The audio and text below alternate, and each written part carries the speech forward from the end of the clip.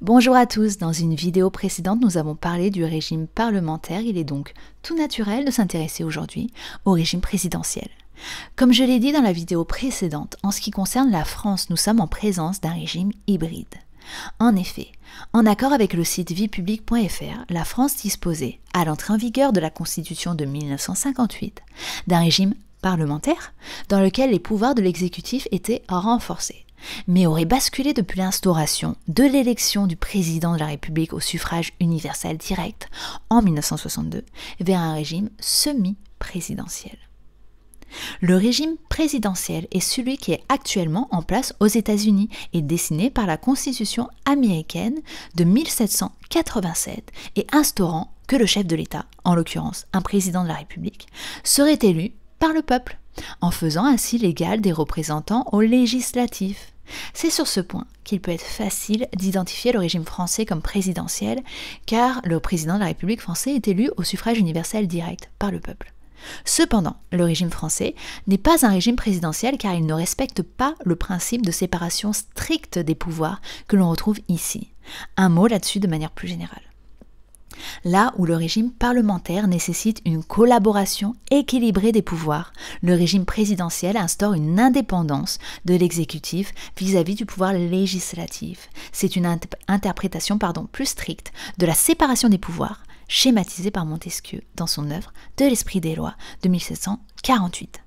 Mais une séparation totale, hermétique des pouvoirs ne pourrait qu'entraîner la paralysie de l'État, ce qui ne serait évidemment pas souhaitable. Et ainsi, certains mécanismes ont été mis en place pour éviter cette situation dommageable, on y reviendra. De plus, là où dans le régime parlementaire, l'exécutif, donc le gouvernement, est responsable devant le pouvoir législatif, donc le Parlement, constitué des représentants du peuple, qui, rappelons-le, est le détenteur du pouvoir souverain qu'il ne peut exercer convenablement que par le biais de la représentation. Dans un régime présidentiel, l'exécutif n'est pas responsable devant le législatif. Il ne lui doit pas de compte, si j'ose dire.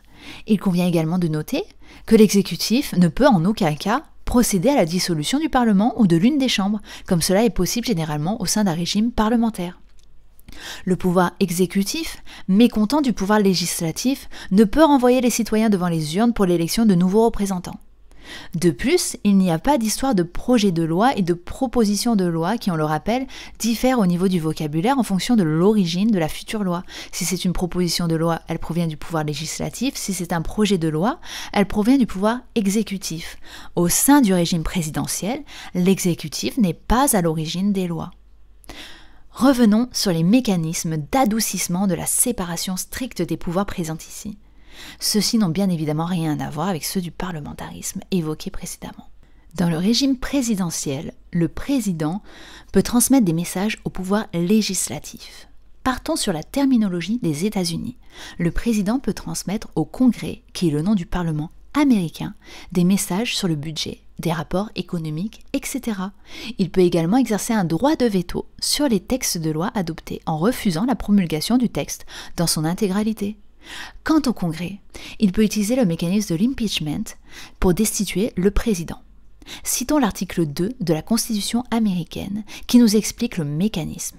Le président, le vice-président et tous les fonctionnaires civils des États-Unis seront destitués de leurs charges sur mise en accusation et condamnation pour trahison, corruption et autres crimes et délits majeurs. C'est donc très différent de la motion de censure du parlementarisme.